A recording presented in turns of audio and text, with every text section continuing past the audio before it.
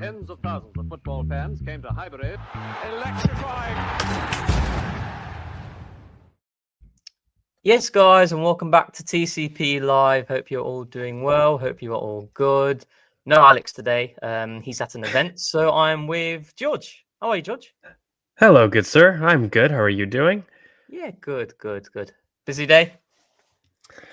A little bit. I've been doing this whole wedding planning thing. So I finally booked a DJ. That's the first vendor that we did on the books. So we have one vendor sorted for the wedding. We know where we're doing it, and we have a church. So that is the three things we have booked so far. That sounds good. Yeah. No, same for me. Like in terms of busyness, just working and gym. Although it's pouring it down here, which is not being good. Raining. Yeah, like really bad, like fully drenched. But we're here now to talk football. No 5K for you. No 5K for you then. No, so I was actually planning, right. So last week I had an epiphany where I woke up one day, I think it was a Sunday. I was like, I want to run a half marathon. I just want to do it. And I thought, let's go for it. Like, it's not the wisest thing to do because you tend to try and build yourself up to do something of a half marathon, whereas I've only been doing like 5Ks once a week. But I just thought I want to test myself, and I was really like motivated to do it. But then as the day went on, I was kind of like, maybe this isn't the wisest thing to do. So I was going to do a longer run on the Wednesday or the Thursday, which is either yesterday or today. Okay. Realized Arsenal playing yesterday, so I couldn't do then. Today raining, so couldn't do that. So then it's going to be Sunday, like maybe like a 15K run. That's what I'm going for. Dude, that's wrong. Like that's so difficult. I tried like to get into running without, training and whatnot. Yeah. And for me, I just can't. I really can't do it. I remember having to do it when I was training and I was actually playing football. Yeah. But if I'm just running, this like I can't do it. I hate it. It's just not my thing. I cannot do long distances. Yeah, so we spoke about it last time, right? If someone like, if they were to ask me what my thoughts on running, I'm like, I don't like it. But I force myself to do it because I need to make sure I do like better man than me, good sir. Yeah. But yeah, thank you guys for tuning in. Martin, the goats, George and Rohan. Oh, too kind. Dan, again, thank you so much. Evening Forder, Nathan Piper, fingers crossed, brings me back excited for the season. Yeah, we'll be talking about that for sure. So yeah, thank you so much for your comments. Just a heads up. So with the season coming through in just over a week, it's that time of the year. It's FPL time. And a lot of people in the Discord have really wanted us to kind of bring this back for this season. Last year, it was kind of the transition from TDK Live to then TCP Live. So when we had the FPL League, it was when we were doing TDK Live. So it was at the time called TDK Live as the league. But now with the Cannon podcast, it's straight away TCP. So you can join by just accessing that link. And yeah, we'll be having it in the videos as well within the description. So you'll be able to make sure that you can get access to that league before the season starts. So yeah, and without further ado, it's time for the thumbnail check, I think, George. If you have that for me. Yes, I can. I can do this. Let me see.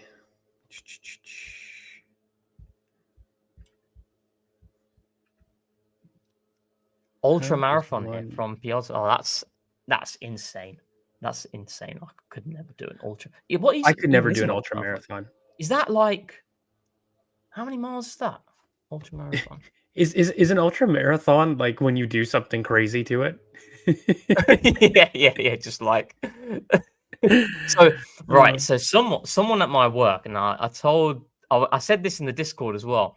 And on one of the days, I think it was Wednesday last week, I saw balloons and everything, and it had 100. And I was thinking, what's happening here? And then there was like printed sheets of his face and a YouTube plaque.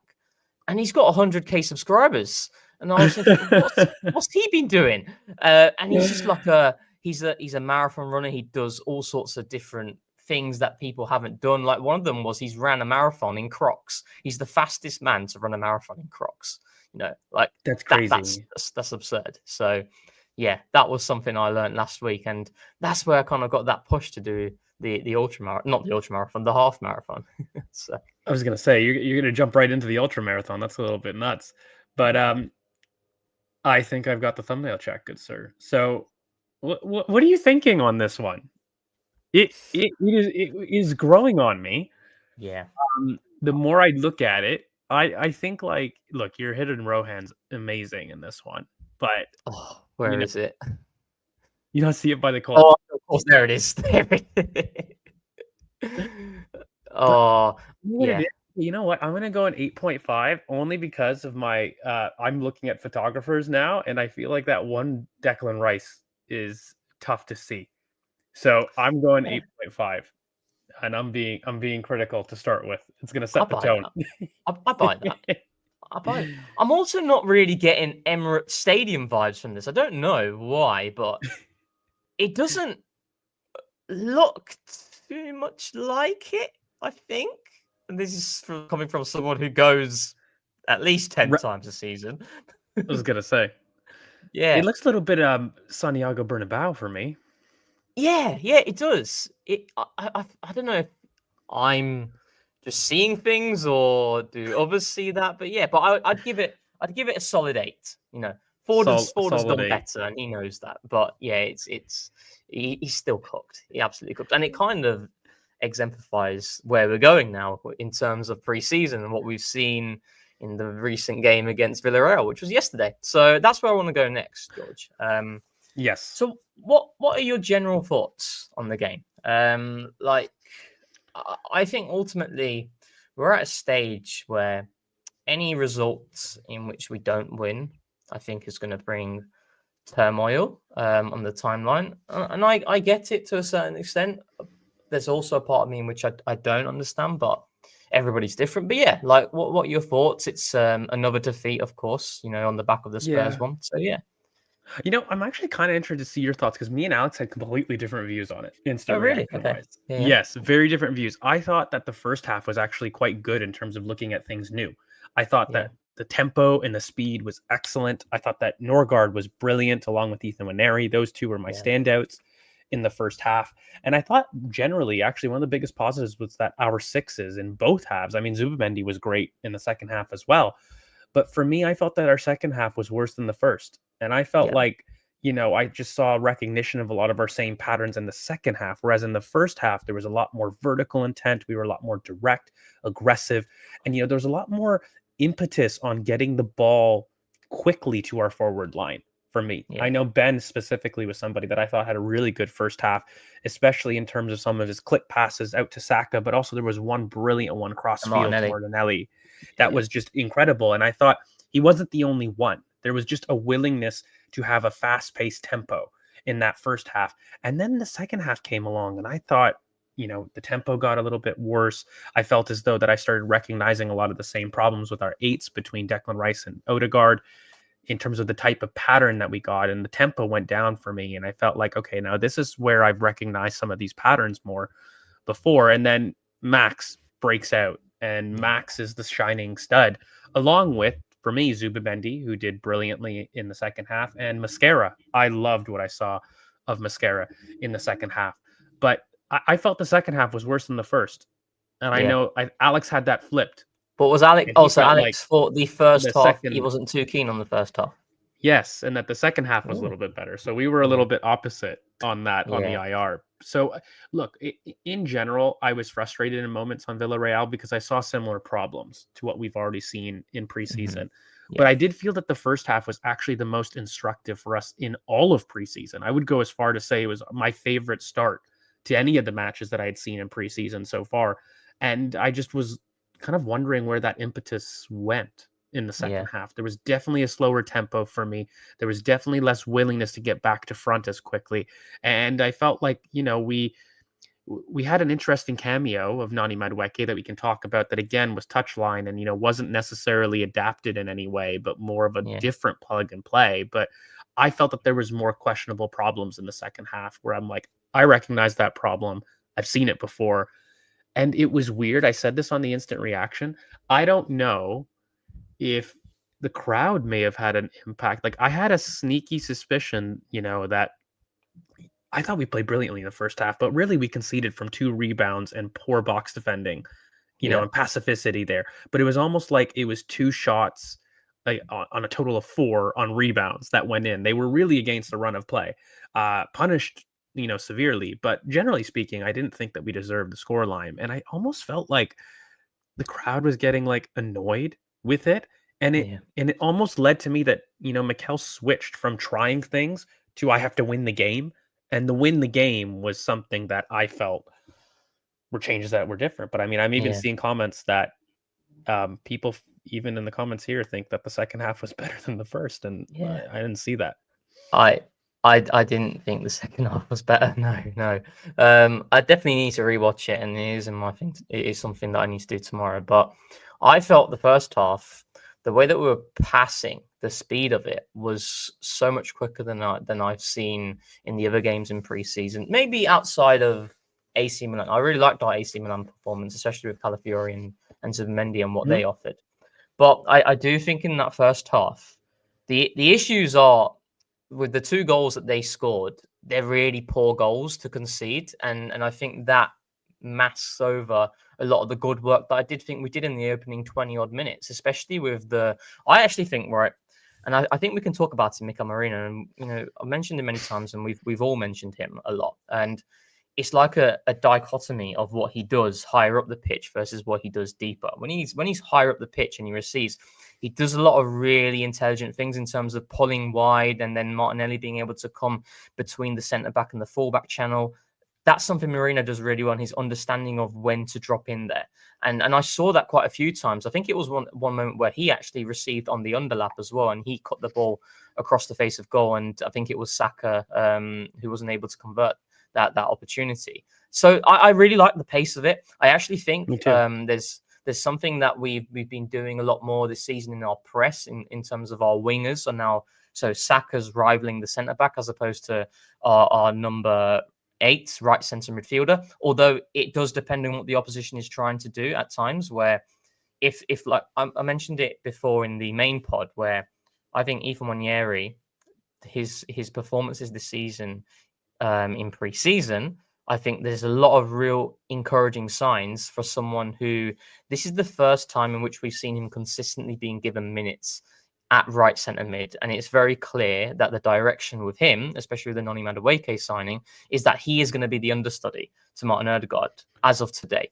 And he's been learning that role and when to jump, when not to jump.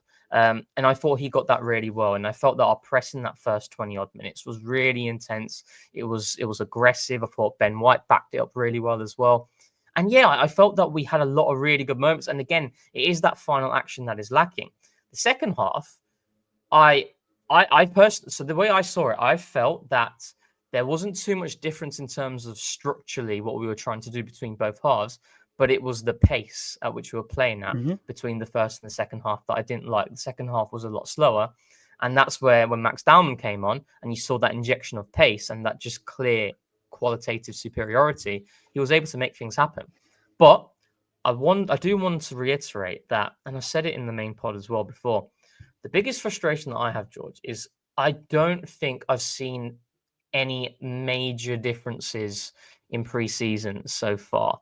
And for me, like, I'm someone who feels it's the best opportunity to try new things because there's no jeopardy. You can do something and it might not work. It could just be something out of curiosity, and you try it. And if it works, great. If it doesn't work, it's fine. But I've not seen enough of that, and I felt that we've seen a lot of the same sort of things. That's been the big disappointment for me. So I don't know what your thoughts are on that. There's been one thing that I do feel like, and I've asked for somebody to clip it up. I do feel that our fullbacks have been more willing to go on the overlap, both sides, and it's from people that I felt like haven't traditionally done it. I even saw Zinchenko and Miles doing it a lot more, just generally, not just in this game, but there was more willingness to do it. I still don't think it's anywhere near the level that Ben does it.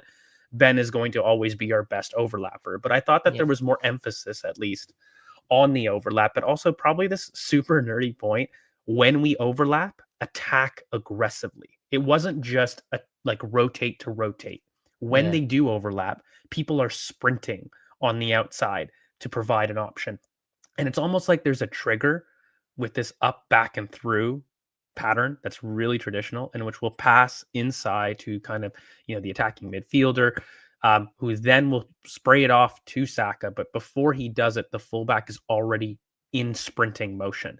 And it's like, I've seen some things in terms of some of the inside training videos in which even, when you see Nani Madueke through on goal, there's more emphasis on making sure to attack aggressively the space. It wasn't necessarily anything major in terms of a structure, but it was like, no, if you're going to attack space, sprint into it.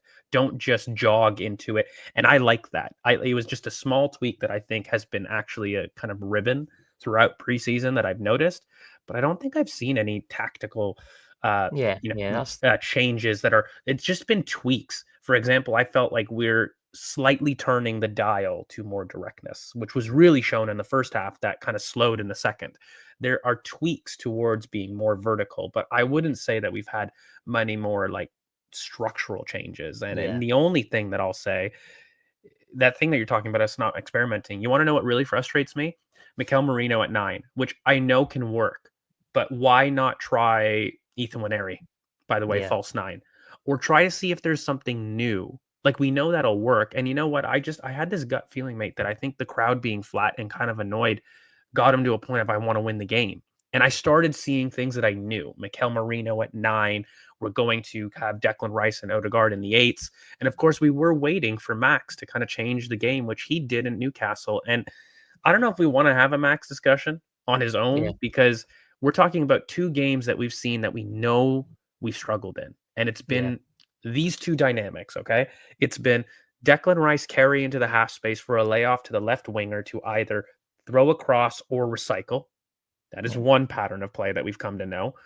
It's then, Odegaard will carry deep, pass it out to Saka out wide. Saka won't see the overlap. We'll pass it back to Odegaard to recycle back to Saliba or Mascara. We'll switch play, and we end up with the dreaded horseshoe. And those are 2 patterns of play that I felt are specifically that every Arsenal fan can know, and they've 100%. Seen and we're sick of. Then I look at Max, mate, both games, Newcastle and this, there is this just absolute relentlessness to the way that he will carry, attack space. And look, there is a quality aspect to this, but at the same token, I think that there's a bit of a mentality thing in terms of Max is wanting to attack it and go hard. And the last thing I'll say, you know how you have Gyökeres there in the box? Mm-hmm. We did maybe 1 cutback on the floor in the first half in like the opening 2 minutes, and then everything else was a floated back post cross or a nonchalant pass to the penalty spot. And none of them were on the floor. And I'm thinking to myself, okay, despite what you might have as, I'm sure people will want to know the whole Sesko to United impact and all that. But regardless of your like striker, we need to learn to play with Gyökeres, and that's not through aerial crosses into the box. His box movement requires it to be on the floor.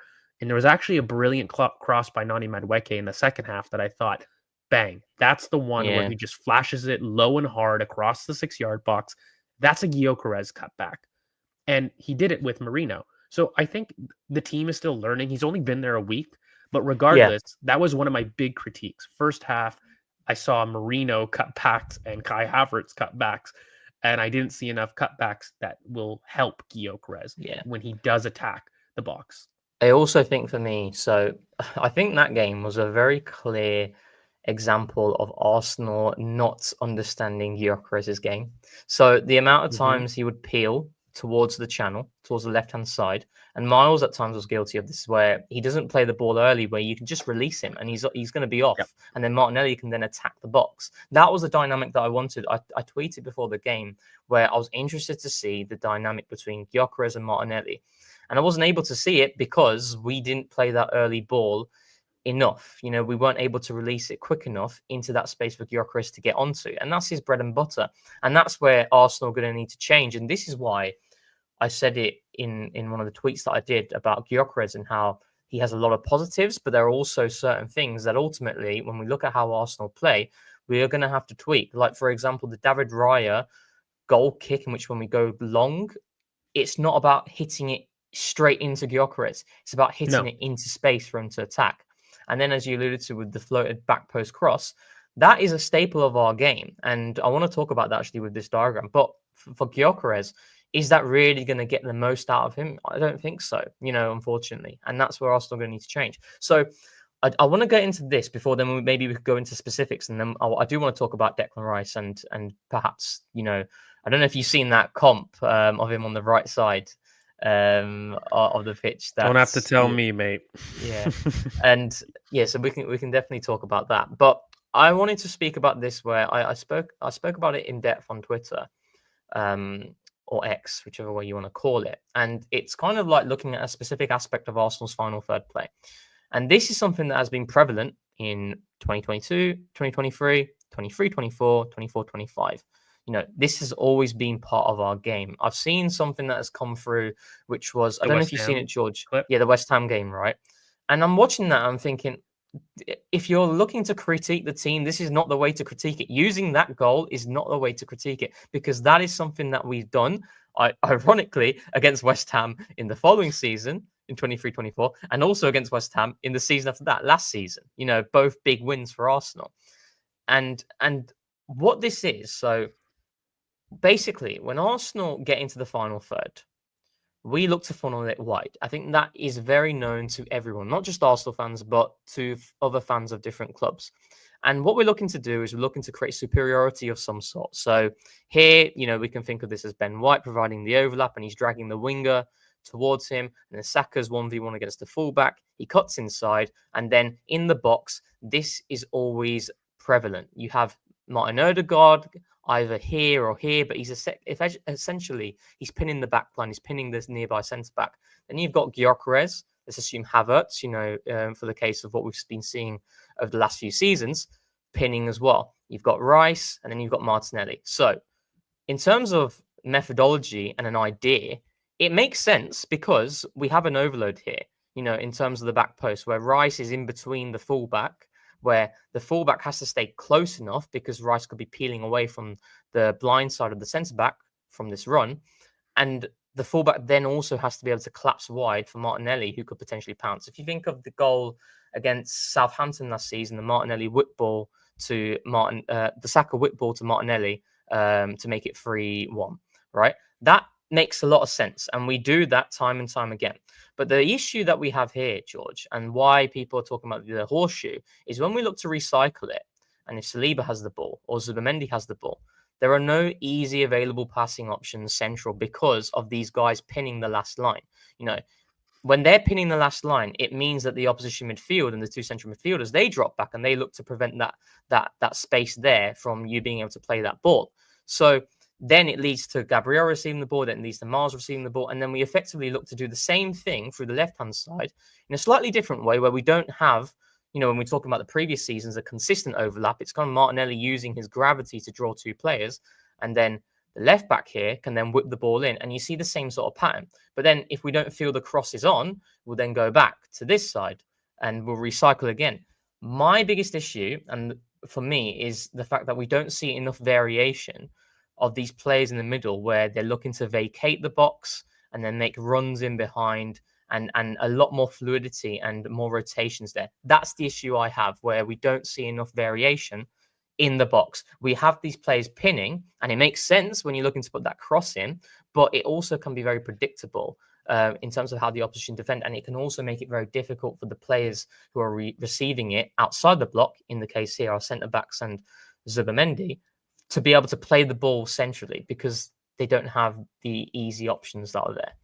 So my frustration with this, mate, is you were kind of moving the blue midfield a little bit. Yeah. How far are you moving that blue midfield? When you pin, that midfield line, is that a big distance to follow and track the runner? Not really. No. Exactly, and the whole point of trying to dissuade a kind of a low block situation. What you must do is to cause the midfield and defensive line to increase their distances. Increase the distances, increase the space. You keep it compact, the easier it is to defend. And unfortunately, when you start doing those U-shaped patterns and you don't have either a dynamic wide overlap, people moving around out wide that force the fullback outside, which force a midfielder to fill in the hole that the fullback now has vacated. When you don't do those things, you don't create space inside where that midfielder has left. And therefore, that's the space you have to hit, and you have to hit it early. That's one point. That's the dynamic movement aspect. Another thing is when you have Ethan Nwaneri, who, by the way, I thought had his best 8 performance in this match on the ball. Off the ball, there were some trigger things that I felt like even on the goal, and there were some things that he wasn't doing in terms of understanding where to be in the press. Still learning, and that's okay. That's normal. That's what, he's there for. He's young. But on the ball, I thought Ethan in those pockets had some reverse passes that were delightful in terms of trying to find Saka early once he's in those positions. And, there was a lot of willingness for Ethan to drop and be vertical really quick. And there was quick movement from Ethan, in my opinion, in the first half. So I was really impressed with his in possession work. I think out of possession, it's what's keeping him right now from being a starter, in my opinion. You can see him walking, and you can see him not quite understanding where he needs to be in certain moments, unless it's a trigger to run when the ball is at the goalkeeper or the opposition center back from the left. That's when he has understood it. But when they've beaten that first line of pressure, Ethan isn't sure where to be, and he's not sure does he follow, and that's been an issue. But just to get back to that thing that you were talking about, mate, the horseshoe, can we share it again? You're right. Yeah, sure, that'd be great. Just because when you start to show the distance that these lines have to travel, it becomes a lot more clear why we end up having trouble. So, for example, if the ball is out there right now, have a look at it, and everybody can see visually that when we're pinning people like this, fundamentally, the midfield line is almost on top of the defensive line here. You don't have to be a genius to see. The distances between the two aren't very big. Now, if we swing a ball out wide and we commit timber on the right-hand side that you've done now, okay, this leads to both of those blue dots wanting to crash into timber immediately. Why? So that they can get a turnover. And this, what we do is we throw it back to Saka, okay? And sometimes this is Odegaard, sometimes this is other people, but we don't trust either the back post early cross or the simple reverse pass into the Odegaard dot enough. Yeah.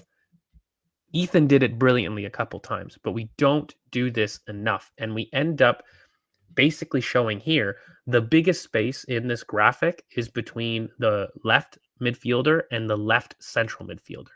That's where the space is. You have to sit there and place that ball. Now, another way that you could do it is have Odegaard simply in that space and have somebody who is able to beat somebody on the contact, but then spin in behind, and that forces the center back to push up and basically commit because they've beaten the central midfielder from pure quality and receiving in the pocket. Those to me are things that we do struggle with in general, besides the working side to side thing. And, I think it's about just understanding why those things are happening. I think a lot of teams respect us, but equally, we need to be braver and quicker in terms of when I talk about tempo, that's what I talk about visually, right? Play the pass that's on and make sure that when you create the space and you create that distance, you're attacking it intensely. And I do see little bits of us trying to do that. I just don't see that we do it enough. And the last thing I'll say is I just don't know if Rice pinning, because when we talk about pinning, it's really just about forcing the opposition to take you up in the box, right? They're not moving these players. It's more about a marker. I'm simply asking myself, is that the best use of Declan Rice? Well, this is where I go. I can kind of transition to that conversation, George. And I think to myself, I always said, imagine you had Declan Rice here, and let's just say we kept Timber a little bit deeper, right? Just for sake. And then Saka's using his gravity, and then Declan Rice is now here ready to put that ball inside. And if you remember, I don't know if you guys can visualize the goal that Eddie Nketiah scored against Sheffield United in 23-24 when he got his hat trick. Exactly that goal. Yeah, it comes from the Declan Rice ball there. And that's where I think to myself, and I saw that comp, right? And I guess we can kind of talk about individual players in this preseason, and Rice being one of them, and the lack of variation used of Declan Rice has been for me another big frustration, where I totally get Declan Rice, left central midfield in specific games. It totally makes sense, right? I remember when we played, like a very good example, against PSG at home last season in the Champions League. We had Declan Rice as the number 6, nominal number 6, but it was crying out for him to be the left central midfielder in that game. Absolutely crying out for it. That was the best possible way to beat that PSG team with Thomas Partey at the base. With him getting the suspension, Rice was in the 6, and he had a very good game, but there were certain things that we had to do to kind of mitigate some of his flaws in build-up against the high press. But when I look at Declan Rice on the right-hand side, I see better passing range. He just sees the pitch better on that side. He gives the ability to go on the outside, but also on the inside of the underlap. It's better use of his ball striking as well. These are things that I feel like where I disagree with people who say we can simply invert the dynamics out of possession when you have Ødegaard on the left-hand side. I think it's a little bit more complicated than that, because when you're pressing teams, you're attacking the goalkeeper's strong foot, and usually the goalkeeper's right-footed. And the goalkeeper is the free man. Even in a man-to-man press, he is the one who is free. And therefore, you're looking to funnel them to their left centre-back. And if you're doing that way, if you're looking to press that way, which is what most teams do, Declan Rice as the left central midfield gives you so much value. So I don't think it's as simple as that. But my point is that not every game should be profound emphasis on the press. There should be profound emphasis on the dynamics on the ball, what gives us the best balance. And I don't think we always get that with Rice, not just in terms of playing deeper on the left-hand side, but also, more opportunities to play on the right. And that's a frustration for me, because I feel like he has so much to give there. We've seen it at England. We've also seen it at Arsenal as well, as I've alluded to in that Eddie Nketiah action. And mate, I also do want to see Zubimendi higher. I do want to see us, he's got incredible quality down there. And I really do feel like we need to start, seeing a little bit more movement across our team fundamentally. And, when we talk about it, I do want to see more low driven crosses across the front of goal. Like, if you buy a Gyökeres and you don't let him do that run, that's criminal to me. We need to focus. I felt this a lot, that our cutbacks, and I was thinking maybe this is a tactical corner kind of, topic of conversation, but we do quite a bit of cutbacks into the penalty spot. Why? Because we focus on third man runs to attack it with pace and hit it well, right? Like, that's the goal of it. But mate, we've now bought a striker in Gyökeres that, again, we need to cater that front post, low driven cross into the 6-yard box. We've got a target who's willing to go and run and attack space to get himself there, play that. So instead of doing the no look overlap, we've seen it. Saka goes on the overlap down there, cuts back to the center circle, cuts back to the penalty spot, hoping for either an Ødegaard run to hit it, Rice sometimes, somebody to attack that space. But the cutback is always to the penalty spot. I would like to see a lot more low-driven crosses across the face of the 6-yard box. And mate, it's gonna help not just Gyökeres, it would help Martinelli, who has done brilliantly in terms of being offensive in the box there in those areas. We just need to make sure that we're maximizing our threat. And I don't think that we're maximizing our threat when we face these types of game states. And I think that's the frustration that a lot of people have. I'd love to ask you a question, which is kind of the whole thing of the thumbnail, where how are you feeling with preseason? We've got United coming up, and, you've seen most of preseason. Like, we really haven't got too much time here to talk about much else because it's done. Are you feeling confident towards the season, what you've seen? Was there something missing that you felt like you were looking to solve in preseason that we haven't seen yet? Or are you kind of in this camp where a lot of people feel like, okay, first off, the overreaction is an overreaction.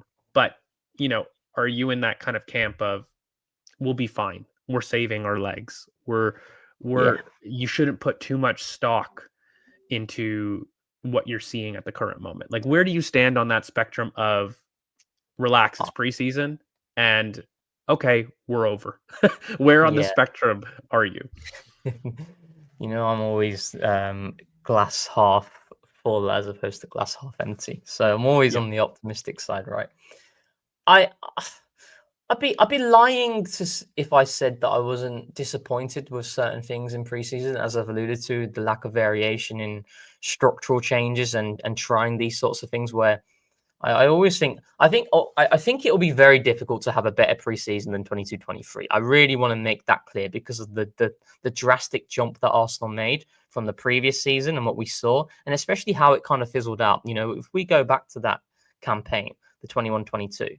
Then building up to that summer, we just missed out on top four. You know, we had the really bad end to the season, the loss to Spurs, then the loss to Newcastle.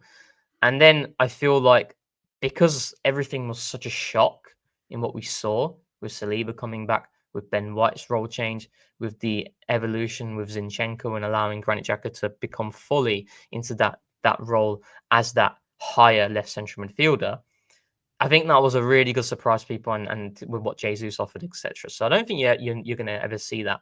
But I think for me, like, I went into preseason and I wanted to see new things. I've not necessarily seen enough of that. But having said that, I still think we've seen some pretty solid performances. And that's where I don't believe that I'm in the doom camp, where I think it's not mutually exclusive. I feel like against AC Milan, if we break them down, AC Milan and Newcastle, I liked our performance. I genuinely did. Yes. Spurs wasn't good for me, but I think both teams weren't very good, to be honest, right? And then Villarreal, first half, a lot of encouraging signs. So when I just look at it from a performance point of view, I don't have the doom and gloom. The frustration for me is about something completely different. It's about things that I wanted to see in preseason. So that's where I kind of think where right now what I see on the timeline is a case of just people really upset with everything preseason, whereas I'm more frustrated that I've not seen significant alterations. But I still believe that we are in a good position going into the season, where we had this discussion where if you look at our games and the intensity of them, we played Newcastle, we played Spurs. These are high level games that we're having in preseason, where when you talk about the start of the campaign that we have, and it is difficult, for me, it is the best opportunity and the best preparation to play those games in preseason, because it allows you to start fast when it all kicks off. Whereas I don't think you're going to be able to get that if you're playing lower level opposition. It's not going to be as good preparation in that regard. So I think we're in a good place in that aspect, and that's why I am confident going into the new campaign. But I think for me, the frustration lies in something different. It doesn't lie on the doom and gloom in terms of it's over and that. Look, the only thing that I can try to understand with it is that, look, there are problems that we've seen. I've tried to make this point before, but if you see 2 or 3 points on a line and you're looking at the trend line, it can look very different. Like take some of them on the bottom, going to give you a very different look to the ones at the top. Right. And I don't think it was ever possible for us to approach preseason and find the solutions everybody wanted. It was impossible. You have 4 games, and that's nowhere near close enough of a sample. So I made this point in an earlier pod where I was saying the things I wanted to see, I probably would never have seen. So really, I'm just isolated on the transfers, and I'm isolated to see the people that I haven't seen before. Do they impress me? And I love K because I think we should have a mascara section. Well, I think that's where we're going to go next in our transition in terms of players. Guys, he's a pro. He doesn't need me to do it. This guy. That was incredibly stiff from me. That was too stiff. You know what? I'm interested to know what you think of mascara, because for me, I remember in our scouted, I was kind of holding back, and I said a comment. I go, it wouldn't surprise me to see him play as a right back in other scenarios. The long strides, the speed to which he's able to cover ground. It may not be something that we see right off the bat. I know that he's been bought as a center back, but there is flexibility to right back, and there is flexibility to the Ben White role there. Yeah. What do we see? First 15 minutes of this is exactly that. What do you make of seeing him kind of up close and personal? And also, is he going to be more important than people think this season? Yeah. Mate, so we did the main pod right before when we signed Mascara, and I'd watched the games. I did my homework, did the revision, and I gave my piece on it. And I've got a really long like tweet on it about his positives and his negatives. But my overarching feeling is that this is a player who is got such immense qualities, like raw physical gifts, in which there are things that he absolutely needs to improve on. And by the way, you saw it in the game yesterday as well. Like, Yeah, in terms of that Mascara, recovery. yeah, exactly.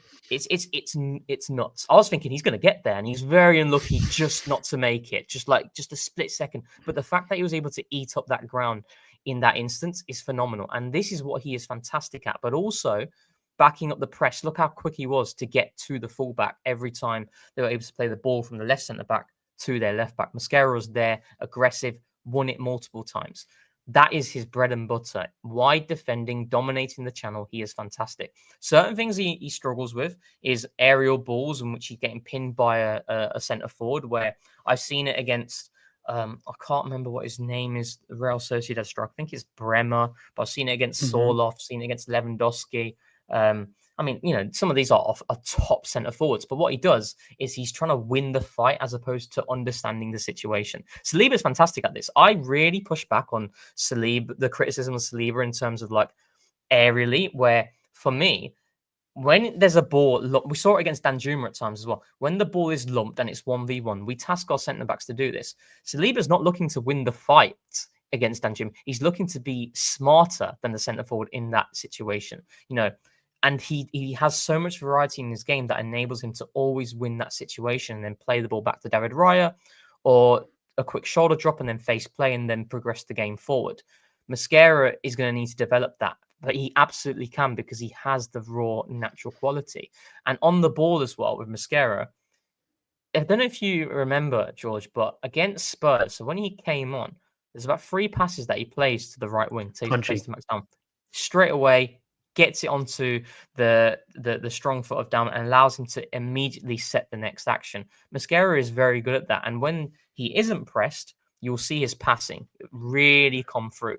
But when he is pressured, that's where you do see him at times get in awkward positions, and he will still look to play the ball forward. He's not circumspect, but because he's still incessant on trying to play it forward, it doesn't always put others in the best possible position to take the next pass and the next action forward.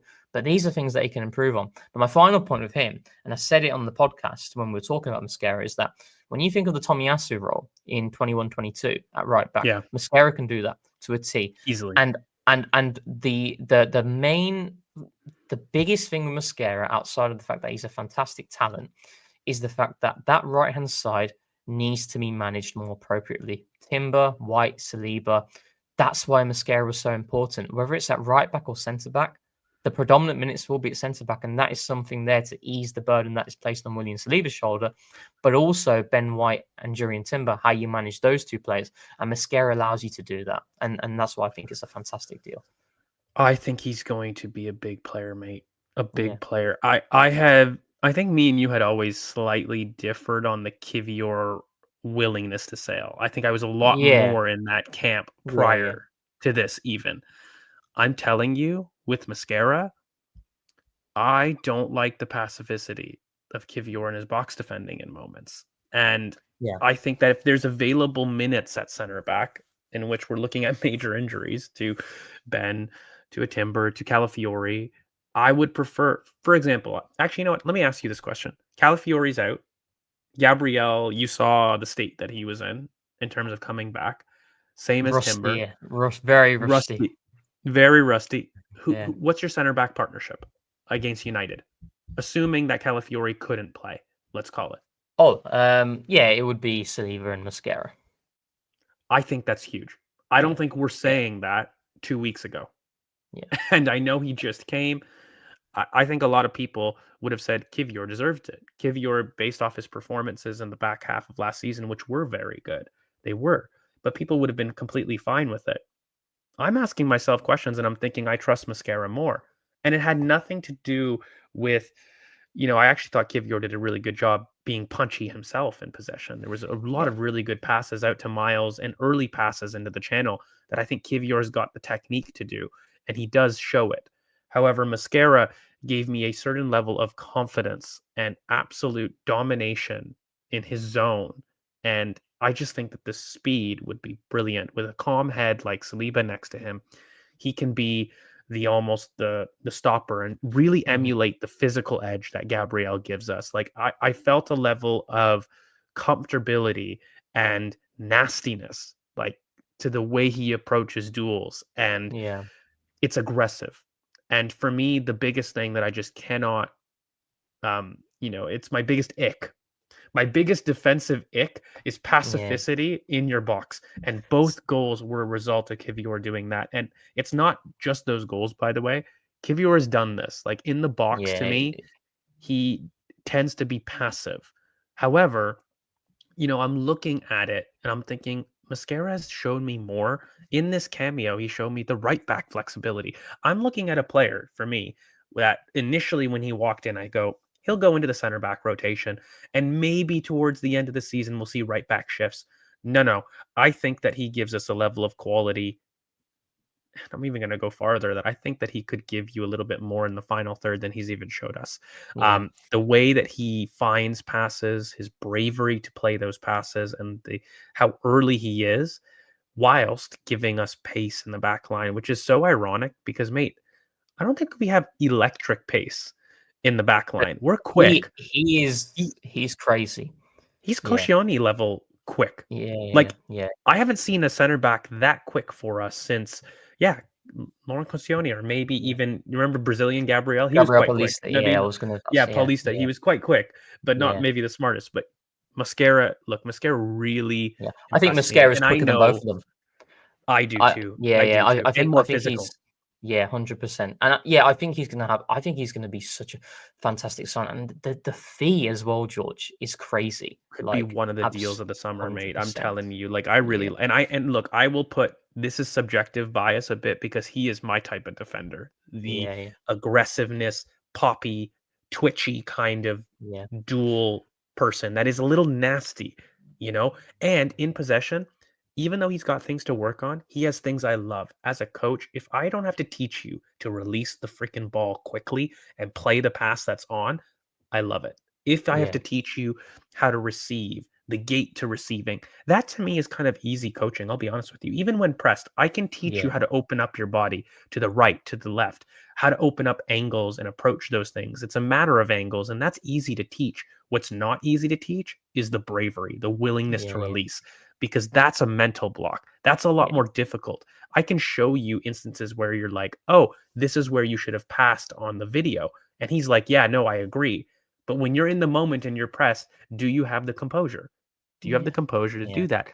It's a mental thing. Whereas I think the gate and the things that we do need to fix with Mascara when pressured, it's all because his touch isn't clinical. It's a little bit Gabriel from Lille in terms of that.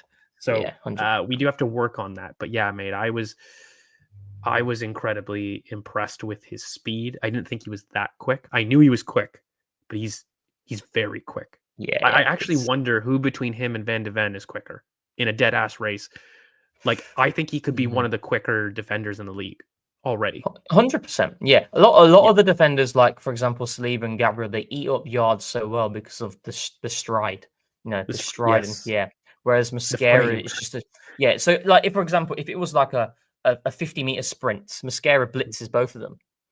That's not to say Saliba and Gabriel are slouches, but it's just that ability to go from like 0 to 100 is a different level with Mascara. I think that's what it is. And I think a lot of people were shocked when they saw that. And he's going to surprise a lot. But going to these two super chats from Soon, thank you so much. Gyökeres will end Arteta. He is too different from Arteta. Well, that is where Mikel is going to have to change. He is going to have to adapt, because if he doesn't, I'll feel upset for Gyökeres, really, and I'd be disappointed in Mikel, because you've got a player now, and we have to make it work. We have to allow him to his strengths, right? Like, that's why I'm talking about the cutback thing earlier. Like, I mean, look, I am done making comparisons, by the way, personally. Like, now that he is here, let's play to his strengths. Exactly. And, I do feel that he did show you in that match where the limits of it are and where he's good. There was one run on the left-hand side that he does do a brilliant job of attacking space and cutting inside in the box. And the shot isn't necessarily one that's great, but the aggressive nature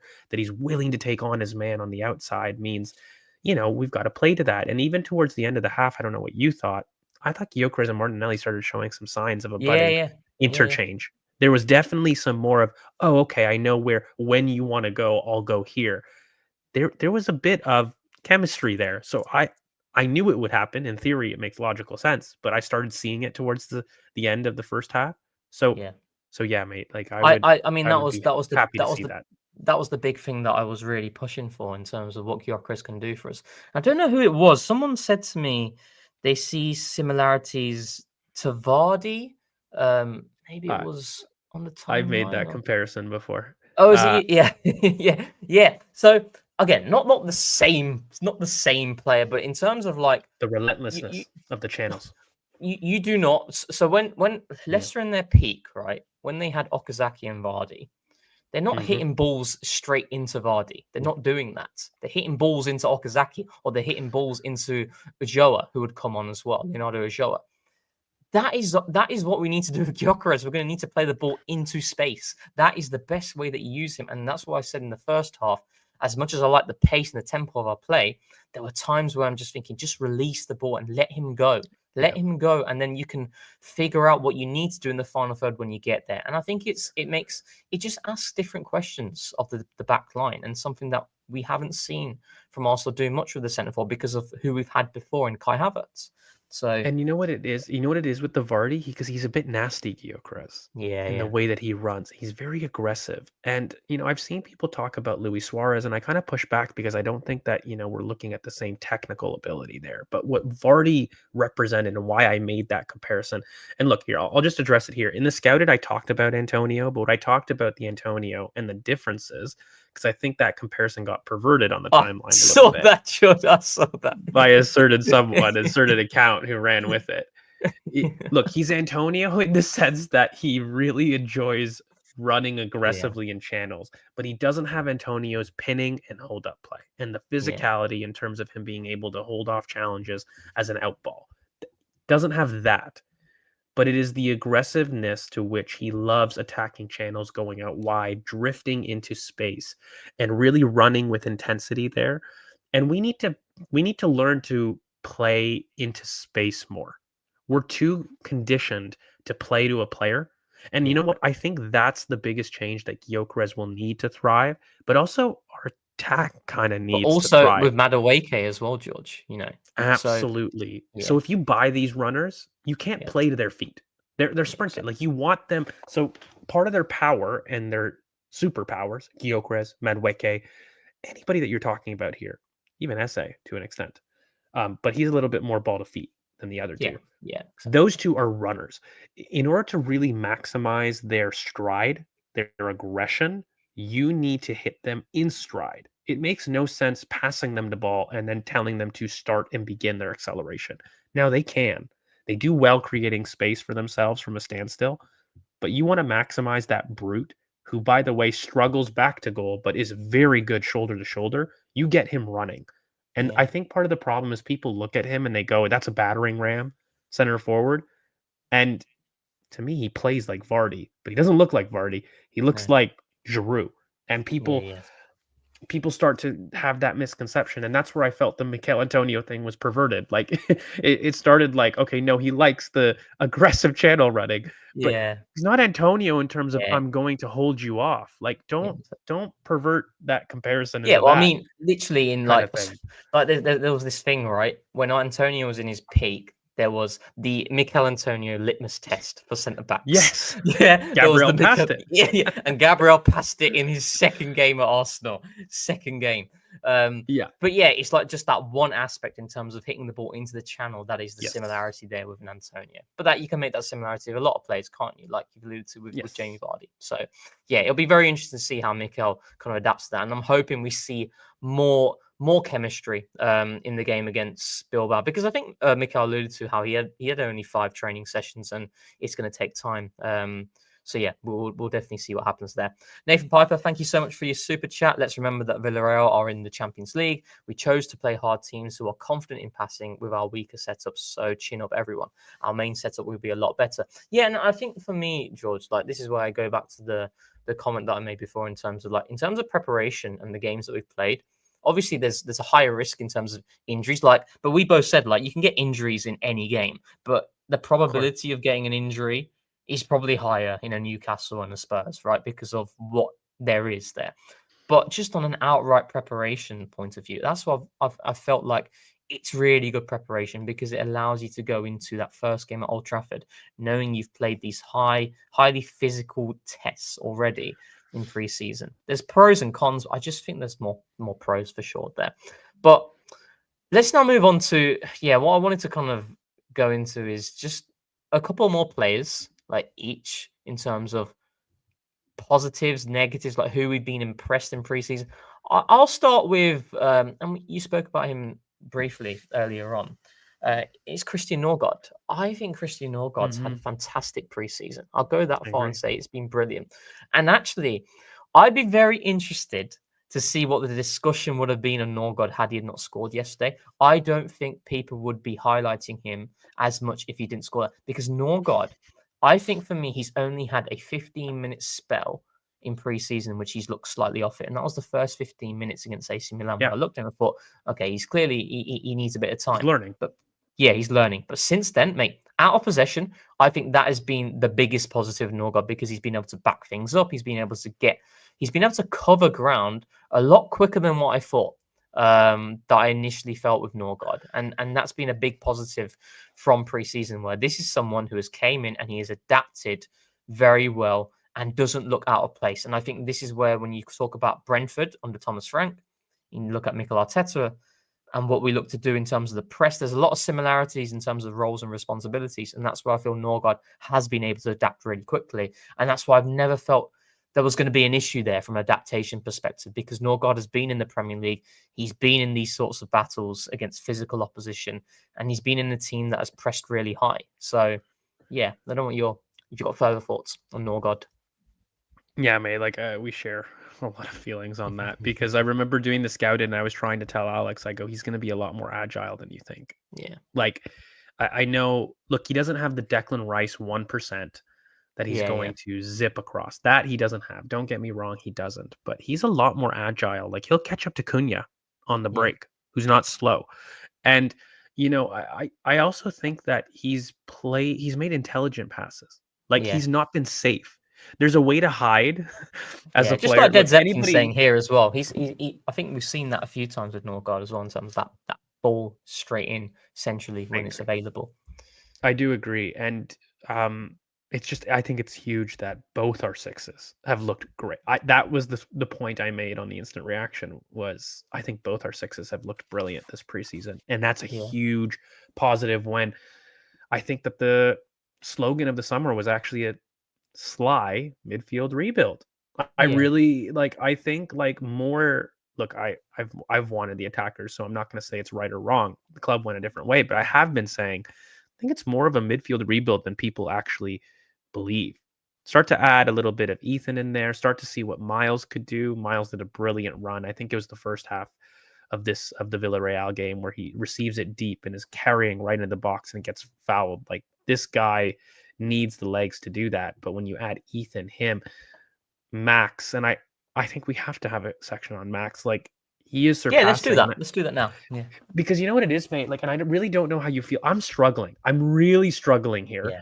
I tried to say that I may have to revise my opinion on the type of minutes he had, because I was asked before and it was like, oh, Ethan had 1,000 and something minutes in both the Champions League and the Premier League last year, which surprised me. I thought it was more in the 700 range of minutes. Surprised me, but he got that much. Mate, I would love to know how you're feeling, because personally, I'm struggling. I don't know how to feel about 15. This. I do not know. The kid is 15. I'm like, what do I do? But he's showing me things that, mate, against Newcastle, Villarreal, people made the point. These are top teams. Like, they're not easy. And when I start to look at it, he's giving us solutions that the seniors haven't been able to do. And I'm sitting there and I'm thinking to myself, dear God, first off, how do you feel if you're Ethan? I'm trying to manage these personalities all together, because we took our time with Ethan and his integration. I'm looking at Max, and I think there was a quote from Mikel in the press conference. He's like, look, we knew about Max. He was doing this in training. But now he's doing it in competitive games and he's doing it consistently. And mate, how do you leave that on the bench? How do you leave something like that on the bench when you have an entire front line searching for directness, verticality, bravery, willingness to take your man on, and having dynamic movement? But he's 15. He absolutely is a child. Exactly. Where do I spend? And you know what? I can't remember a time in my Arsenal supporting life that I've had to really ask myself the safeguarding question with a kid like this, because look, I was very young when Fabregas came through. It made me fall in love, but I was young. I wasn't somebody that had understood football. I'm 30 in a couple weeks. I saw Fabregas, but I saw him as like a 9-year-old. You know what I mean? And like a 10-year-old where I'm like, oh, I love that. And I didn't understand the game properly. Yeah. So I didn't have these questions of, am I afraid of playing somebody who just came from the Invincibles? I'd love to know, even from older fans, but really from you, mate, like, how are you mentally putting to grips with, Jesus, I'm seeing solutions and the kid's 15. What do I do here? Yeah. I mean, so what was the big positive from the second half? Both of us. It was Ethan. It was Max Dowman, right? It was Max Dowman, what he did, and the injection of pace. And obviously, Saka's elite, right? But the fact that we have looked at Max Dowman, right, in preseason, who has performed better than Saka, is crazy, isn't it? It's absolutely absurd. And I was asked this in the office today as well, where and people are saying to me like, what are your thoughts on preseason? I was saying, probably one of the biggest positives, what definitely is a 15-year-old. And again, it's the second time which he's came on, he's stamped his authority and he's made something happen, winning the penalty in the same way that he did it against Newcastle. This is not normal. But then I sit back and think, well, I don't know what to expect. I don't know how much is fair to put on a 15-year-old right now in terms of minutes. Like, I don't know the answer to it. Like, and I think Mikel's alluded to already, he's going to go on holiday, isn't he, for a break. So he's not going to be there for the Man United game anyway, I don't think. So, but I guess it's a case of, like, from the season, like, how we manage his workload and the minutes we can give him. But like, do you think, George, like last season, Ethan Nwaneri came on in a lot of moments in which there was significant responsibility on him to do something in the game. Yes. Like Leicester at home, for example. The game was 2-2. Ethan Nwaneri came on. That was the first time. A lot of Arsenal fans, I can tell you now, do not care about preseason. They don't really watch preseason. They'll watch Arsenal when it all kicks off, when everything matters. And it was the first time people really probably saw Ethan in that game against Leicester and what he was able to do. And that was big because in that game, I remember Gabriel Jesus was on the bench as well, and Mikel went for Ethan instead of Jesus. Yeah, it was a big call. Like, do you see something like that happening with like Max Dowman being 15, where if Arsenal needs something and they need to make something happen, they bring him on? Like, I think Max has a style that hits you more in the face than Ethan even. And Ethan did brilliantly in that moment. So that's where I'm struggling, where, okay, fine, you give him the platform there that we gave to Ethan. Max is a much more boisterous personality. Yeah. And he's got the physicality, mate. Like, okay, people are talking, how fast and the acceleration and his ability to control. Like, mate, I don't know what to tell you, but the way that he wins the penalties in this preseason, the maturity he takes to basically receive on the outside, burst into space, but then slow down in the box to buy a foul, go down, and he wins the penalty. Like, it was intelligent. It wasn't like, oh, I'm trickery and like, I've got a brilliant technique and I'm going to sit there and try to embarrass you and you bit. It wasn't one of those. It was, no, I'm going to slow down and make you bite. And that freaked me out. I'll be real. Yeah. I've been talking about the kid behind closed doors because I don't want to talk about him like the way that he should be talked about, because this is a special, special talent. And mate, I'm worried. I'm just doing this now. I'm not worried. It's a good worry. Okay. Yeah. I'm worried how we control this. I think Arsenal have tried to keep the powder dry on what they have had for a while. Yeah. People don't understand that he really hasn't even been a regular for the U21s. I don't think people understand that. And like, I just don't think Max's play will allow it. I remember saying Max is going to play in preseason and he's going to smack people in the face and people are going to demand for him to start. I remember saying that before. Some of the stuff I've seen, mate, again, it's surprising even me who has seen him play and what he did in the game states he did it against the opposition he did it with. Like what other tests? I'll even throw it back to you. You're integrating a kid. What tests do you need to see, right? Say Newcastle is one of the biggest freaking tests that you can do. No, got Joe Linton on your neck. Yeah, no problem. Shrugs off Joe Linton, goes and destroys the one game state we've struggled with Eddie Howe.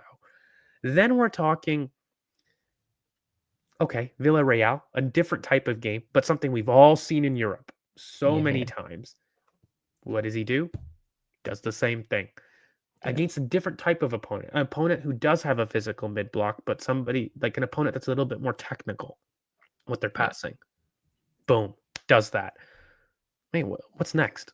Old Trafford, literally a top six, a big moment like a top six. And then what? When you do that, the cat's out of the bag. Then Sky Sports are going to run editorials on how he's the next Wayne Rooney.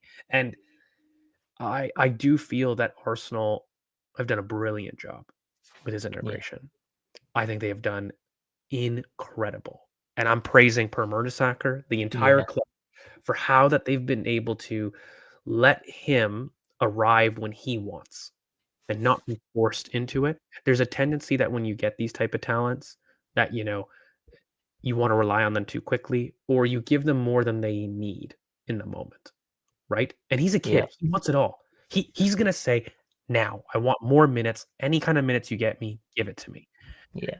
I think Arsenal have been really good in terms of their integration, but mate, I'm telling you, I'm feeling things.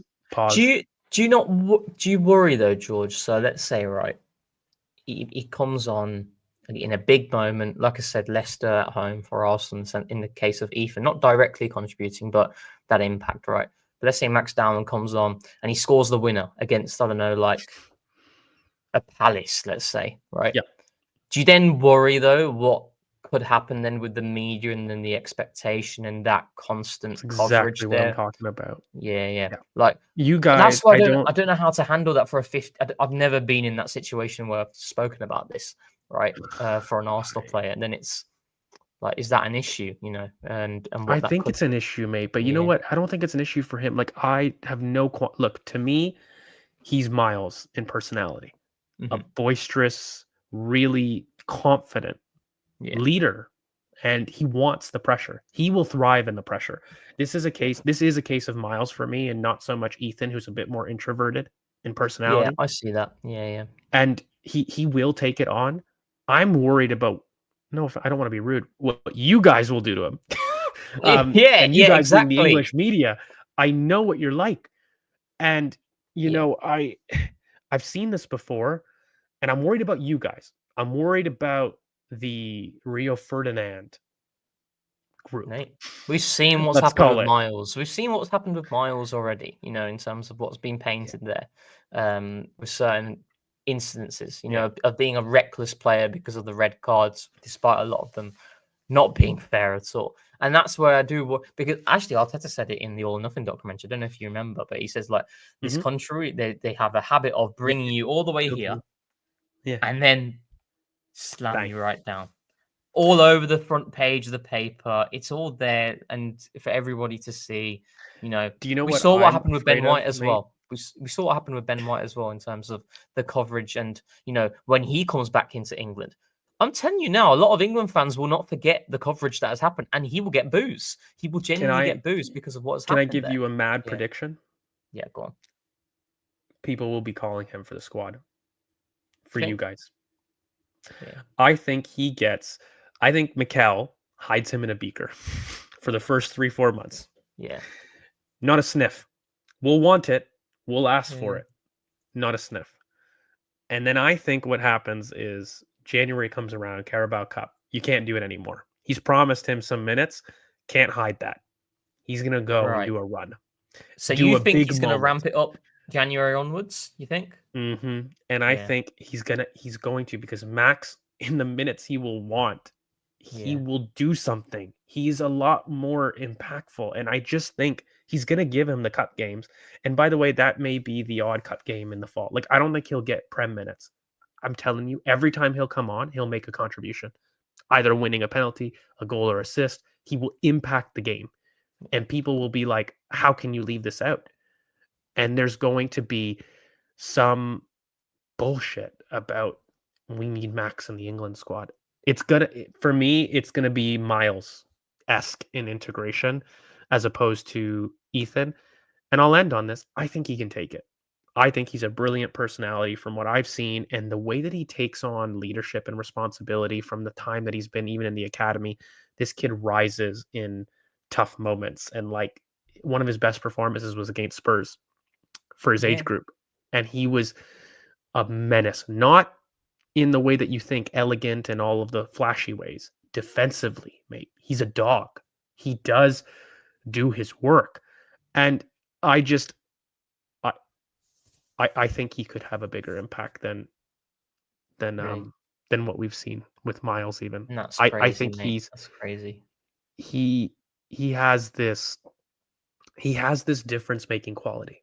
And it doesn't make sense that a 15-year-old is that physical, that resistant to contact, and that able. Mate, like, he's sprinting and he's slowing down his step count to buy a foul in the box, and he can go in and out. This kid is very, very freakish. And I genuinely think he's got top-level talent. For me, it's on him. How he goes, it's a guarantee he's world-class. And for him to be a game changer in the game, depends on him and his journey, no one else. So it's kind of like the only things that will prevent him from having a successful career is the thing that can prevent any player, which is injuries. Or I didn't even want to say that word. How dare you even say the I word? Don't even utter that near that man. Okay, don't even talk about that. But yes, but you know, it's like, so do you know? So I kind of like. So I had this thought on, I think it was 2 days ago, where like there's certain players who ultimately they're always available, but they're just not good enough. You know, they're not going to get better to the level that we need. But then there's other players like Calafiori, for example, where the talent is undeniable. The only thing that is stopping you from having a successful career here is your durability. And that's the case for a lot of players, and the case for like Max Dowman. Like, the talent is undeniable. It's a case of what he does, being 15 years old, but then also, like, you know, injuries, which you'd never wish on any player, right? They're the only things. But the fact that these are the only concerns is crazy for a 15-year-old, you know, and I'm very excited to see what happens there. I think we were going to talk about, go for it. Can I ask you a question? So, I know we've got like people that we're excited about in preseason and whatnot. Where do you think we go to, like, with the window, with what we need? Because there were rumors, and the reason I transitioned to this is because people were talking how Ethan and Max, have changed transfer plans in general. I'm gonna throw a name out there because I saw it today and I actually thought it made me think. Anthony Robinson from Fulham, who want both Zinchenko and Nelson. We know what we're talking about with the Eze Rodrigo thing. We've beaten that to death, so I don't want to cover old ground. Yeah. What are your thoughts on something like that? An Anthony Robinson type? 100%. Or the man himself. Yeah. With those two. Yeah. I mean, for me, I've always felt like, so if we're being very picky on our back line, right? Yeah. You can make a strong argument that Arsenal need a left back and someone who is an out-and-out channel runner, a Kirkez type, you know, a Frimpong type on the right-hand side. You know, Robinson is that to a T, which is quite interesting why they're looking at Zinchenko now, because that's a big change. Yeah. Too, and I don't know how they quite fit if they're looking at Zinchenko. Yeah. You know, it's two polar opposites in terms of what they offer on the ball. Like polar opposites. And I'm trying to and I'm thinking to myself, think about the Calafiori. Okay, the reason that we can't do it with Calafiori is that injury availability. We can't trust that, right? Yeah. I think Anthony Robinson with that's a interesting group now, age-wise. It makes me think, okay, I'm starting to like understand that collection of left backs a bit, and it can't be much more with those two involved. You know, and look, I don't know what he's like on the contract. It just made me think. I was like, I've always wanted that profile. I've always wanted that I'm type. listening. Yeah, So within the Premier League, could that be something makes yeah. as a left wing work brilliantly? I think it would supplement all our wingers on that All the side. wingers, Yeah, so all of them. Yeah. we can talk about Madueke more in a different in maybe in the main pod after the Bilbao game, but it's kind of like when I look at Madueke and the way that he was Yeah. used. I mean, I'm not gonna like look too much into a 10-minute cameo, but I can't not but feel frustrated in terms of the way, because I've said in terms of Madueke and where I like him on the left, it is that inside channel between the fullback and the centre back, and that remains the same for a Martinelli as well. And you can supplement that with someone like an Anthony Robinson, and I've always felt like when we are being picky, that left-hand side, that is the only thing it really is lacking. I think anything else, you can say Arsenal have got it. They've absolutely got it. We've got the different variation in Timber and Ben White. You've then got the Tomiyasu type in a Mascara, but then you've also got Mascara's ability at centre-back, which Tomiyasu had but wasn't able to show because of the injuries. You've got Saliba and Gabriel as your bedrocks. You've got Calafiori, who is the most exciting from an on-the-ball perspective, and for me, the best in terms of his confidence and the range and the variation, etc. Then you've got Miles there as an option to give you that lockdown quality, but also what he can do on the turn. You've then got Jurriën Timber, who can do that side as well. There's so much, but we don't have an out-and-out channel. Couldn't you then sell Kivior? Yeah, I'm just thinking money-wise, like how Yeah. brilliant would that be? You sell Kivior at least £30 million, right? At the very least. You've worked a deal with Fulham. You're going to be making a profit that, for me, gives you a much better group. Between selling Zinchenko and Nelson, what do you think would you value Anthony Robinson currently? Like, I don't really know his contract, but I'd say what, £45 million, £50 million? Yeah, I mean, if Kirkes is going for what? Kirkes went for around that, didn't he? 40, I think, or something. Yeah, around the same. And Okay, did so Frimpong go for the same amount as well? I think he was like £35 million. Okay, Someone in the yeah. comments will correct me. But regardless, I don't think I'm off with my value. Let's call it £45 million Yeah. or 50. Let's call it, yeah, right? yeah. Okay, what? Zinchenko, I'll value at £15 million. Reese, the very least 20. Yeah. Kivior for 30. You do that deal, mate, like Yeah, exactly. you're a profit, Yeah, and you've improved what you've improved, yeah, exactly. and you've made the space. I think that could be a type of deal that could really help us out. Yeah. And I'm looking at, I think that we've only got one more big one in us, and sales would dictate something. Yeah. So yeah, mate. I don't know. I think I saw it. I go, it's not a bad idea. Really isn't. 100%. Yeah. But just want to get onto this super chat for a sec from David. Thank you so much. I've been delaying it so long. That's a wild one. Well, I don't understand this one. Is there something that I'm missing here? Or you're just a cutie, Rohan. You're just a cutie. Is it what, the skin, or maybe? I think you're just a cutie, mate. It's just working for you. The hat, the glasses, they're just David is buying whatever it is that you're selling. And that, I think is what it is. I left it on there because in the back of my mind, I'm thinking, what does he actually mean by this? So, yeah.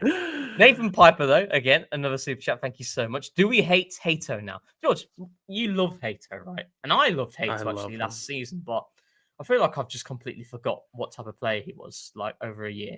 So, are you upset by that deal with Chelsea getting a top level talent, or are you not? He's a good talent. Yeah. No, he's a good talent. He's a great talent. Not just good, he's a great talent. That's a talent I'm jealous of. I wanted it for us, and I'm going to maintain. I don't hate him now. I still love him. I think he's going to kill it. And I think he's going to oust Cucurella. And he's going to make Colwell look brilliant. Brilliant. He's going to make Colwell take the next level forward in his career, who I think Colwell's kind of almost stagnated for me at Chelsea a bit. Like, he's been a top talent, but for me, Colwell was, I think people were looking at Colwell as somebody that could rival Saliba's potential. He's not hit his Brighton form. When he was playing for Brighton under De Zerbi, Colwell was insane what he was offering, his performances on the ball. We saw it And at the of Emirates course, as well. with his injury as well now, Yeah. like that's something that is like super sad for him. But I'm just thinking, like, in theory, a Hato partnership allows Colwill to go on the runs that he did. Yeah. And so in the same way that we would have wanted a Hato for Calafiori left center back, I think Colwill will have a very similar level of symmetry there. Yeah. And yeah, they have definitely bought a like an upgrade on Cucurella there. So yeah, I think Hato's brilliant. Yeah.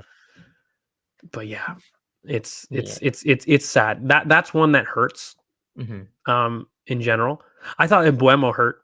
I thought that the money involved was crazy, but that's a top talent that I rate. He is gonna make United.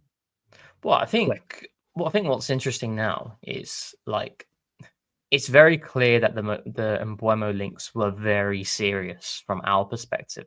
No, absolutely, because I think when you go, because I think when you go from Embuemo and Madueke, in terms of what they've been doing stylistically for Brentford and Chelsea, there are similarities there. There's certain different ways you use them in terms of Embuemo, more as a false nine as an option, whereas Madueke more as on the left wing.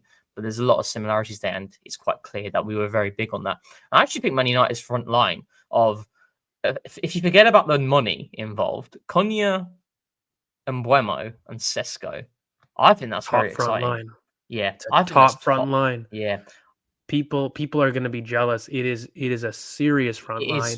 Yeah, and the only thing that I said is, it's so ironic. I remember talking about Sesko with you back, at Salzburg. Back in the days of seaweed. Real ones yes. with no seaweed. What was his name? Suwald, or And I remember talking with you, and we were like, "This is like the best striking prospect I've seen." And then when it came down to really analyzing Sesko, people thought I was negative because I kept saying Sesko is 6'5" and doesn't know it. I hope you guys all understand he's incredibly raw. Like, I was really trying to pump the brakes because of the development path. So people have been asking me, and I'm not going to hide, but like my opinion on it. Sesko is a world-class talent. Yeah. I'm going to emphasize the words talent. Next season, you won't see Sesko. I said the same thing for us. I'll say the same thing for United. He needed to be paired with a win now person, but mate, they just bought 2 win now forwards that were Premier League proven and probably ideally, the best people you could surround a Sesko with, which are ball dominating forwards. One who's a little bit more of a creator, false nine, that's a little bit technical, and the other one who's probably one of the better wingers outside the top 6, if not the best winger outside the top 6, who's a bit more of a second striker. So they've got that complement about one being a little bit more in a 10, one being a little bit more of an inside forward. That's a serious front line. But Sesko, for me, won't be the Sesko that you'll eulogize next year. He wouldn't have been for us. I maintained it, said it when we were linked. It's going to be the same thing with United. I think he'll give them moments. He will, because of that ball striking. But he's not going to be a consistent player for at least 18 months, in my opinion. But so this is where I think Man United fans and they're starving in terms of being back where they want to. The problem with Sesko going to Man United, and I fear this for him, is that he's going to have games where he's incredibly frustrating, and United fans, with what they've been seeing from centre forwards over the years in Højlund and what they've even done with Xerxes as well, despite Xerxes showing a lot of promise in many moments. They don't have the time for it, and they're very much of the idea and the mindset of moving on, not giving people time, and that's what I fear for Sesko. I felt Sesko, if he went to Newcastle, it would have been better for him as an individual, whereas going to Man United right now, I don't think it's the best move for him. And I do think that his camp and his agent have really messed this up for him, in terms of where he could have been. Because I maintain that if the money was the same between Gyökeres and Sesko, Arsenal would have got Sesko, even with Andrea Berta there, But with us being priced out on something that we weren't happy with, we pivoted to Gyökeres, and that's the way I do see it. And I do think that Man United, I am happy that we're playing them, early. What do you mean? Yeah, I think that United are a sneaky dark horse for a very successful season, and it pains me to have to say that. I think that their forward line alone lets them compete for a top 8 position. They sit there and they do something crazy with Carlos Balaba. I think that they could do a top 4 charge. They could go from that drastic with Balaba. Balaba would put them over the edge for me. You talk about Balaba, Sesko, Embuemo, Cunha. That's a serious level of recruitment. Probably the best they've had even pre Sir Alex Ferguson in that era. Like I don't remember a window that would have been that good for them. I And actually do think that could understand people asking if it's better than ours. Could understand it. I do think though, like in terms of what United have been looking for, like if we just go back to the front line, like Nicholas Jackson, I think people clown Nicholas Jackson a lot, but in terms of the profile, again, when we're looking at how you kind of complement a Cunha and an Embuemo, Jackson, Sesko, these are the right types of players that they're targeting. So yeah, I think they could certainly surprise a few. Premier League focused. I think people are underplaying that. Like it's not just the recruitments. Like if you had a core of Embuemo, Cunha, Balaba with Bruno Fernandes, final ball. It's not perfect. Okay, and they're gonna have some issues, but that would be serious. That's a serious recruitment. For that. And that's contingent on that. I think without them, that front line gets them top 8 instead of, low. Yeah, I do think right now they're going to have another disappointing season, but they need to revamp that midfield, and he'd be a top signing and give so much energy. They lack a lot of energy and legs in the middle of the park, and he'd certainly give that. But we'll finish there. It's been a great podcast. Really enjoyed it with my boy George, and so we'll be back for the main podcast. Well, I think we were going to talk about preseason. No, not preseason, like season expectations. But I guess that'll be good for the main podcast because everything will be done. We'll be building up to the big game at Old Trafford. I'm excited to see what we have on offer against Bilbao, because I think that's when, like, I want to see, right, what's our team going to United? I want that team to be what we see at Bilbao on Saturday. But so thank you guys for tuning in, and you can sign up to be a Patreon or YouTube member. How do they do that, George? And what do they have on offer? If you do enough super chats, Rohan will sell his bathwater, and we will be able to afford memberships for you all. No, if you guys click down in the link down below in the description, you'll find a multitude of different kind of video for you guys. Anyone that you like in terms of Scouteds, rewatch Scouteds. We go into more deeper dives into terms of their footage and really explaining how players could work and their traits and their qualities. Rewatch is brilliant stuff where we look back on some games as well. TCP Live, which is always a banger with the boys. I had to fill in a little bit of a nerdier one today, as it always is between me and Rohan, but it's always a great time. And of course, we have some other lives as well. We do things like Youth Academy pods. We do Berta Speak. We teach Berta language. We do it all here on the Cannon Podcast. There's content for everybody here. So if you guys do like it, make sure you guys hit the likes and the comments down below.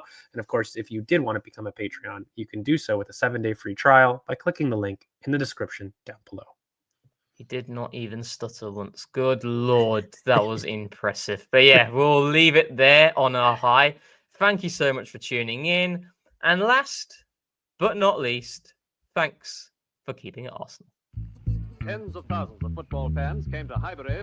Electrifying. Tens of thousands of football fans came to Highbury. This was one kind of queue the ladies thoroughly enjoyed. Electrifying. Electrifying. Inspiration.